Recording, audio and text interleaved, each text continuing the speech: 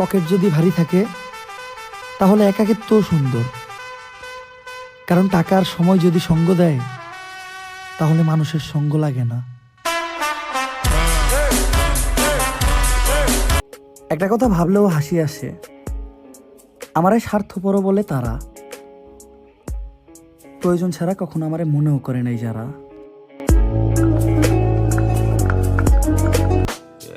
কাউকে বিপদে ফেলানোর আগে এটা মনে রাখবেন, বিপদে কিন্তু আপনাকেও পড়তে হবে, কারণ আপনি যদি কাউকে 10 হাত পানির নিচে ডুবাতে চান তাহলে 9 হাত পানির নিচে কিন্তু আপনাকেও যেতে হবে।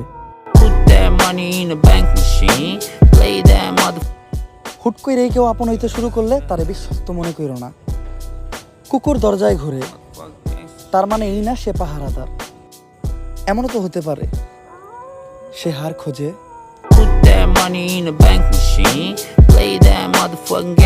তর্ক করা বোকাদের কাজ, জ্ঞানীরা তর্কে জড়ায় না, কারণ তারা জানে কুকুরের সাথে দৌড়ালে গন্তব্য হবে কামড়।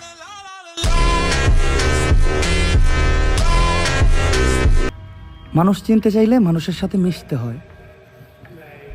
দূর থেকে দেখে তো চাঁদকেও সুন্দর মনে হয়।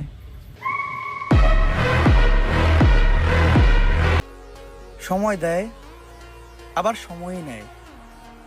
সময় আমাদেরকে শিখায় কাকে কদর করতে হয় আর কাকে ভুলে যেতে হয়। কারোর সাথে তর্ক করে নিজের শক্তি খরচ করি না, কারণ যাদের মন মানসিকতা ছোট তাদের কাছে টুইন টাওয়ারও ক্ষুদ্র একটা বিল্ডিং মাত্র।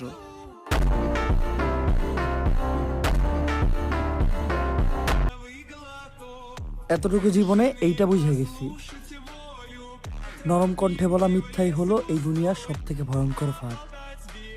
তাই আমি কণ্ঠে নয়, চরিত্রে বিশ্বাসী।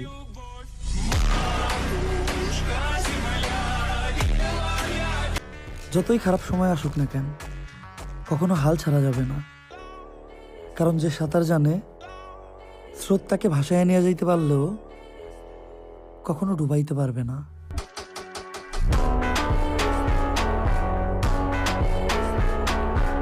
ভাই, কেন আমার সাথে অন্য কারো তুলনা করো? আমি মাইনা নিলাম আমি খারাপ, আমার থেকে ভালো পাইলে তার সাথে যেয়ে শুয়ে পড়ো। আমি ধৈর্য ধরি আর আশা রাখি শুধু আমার রবের কাছে, কারণ আমি জানি আমার রব দেরিতেও দেন না, আবার তাড়াতাড়িও করেন না।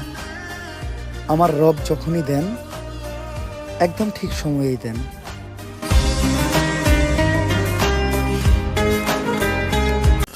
ভালো বা খারাপ, যার থেকে যা পাইছি ওজন দিয়ে রাখলাম, সময় হইলেই ফেরত দিব, এটাও বইলা রাখলাম। আগে চিন্তায় থাকতাম যে কে কি বলবে, আর এখন চিন্তা করি কখন আমি কাকে কি বলে ফেলি।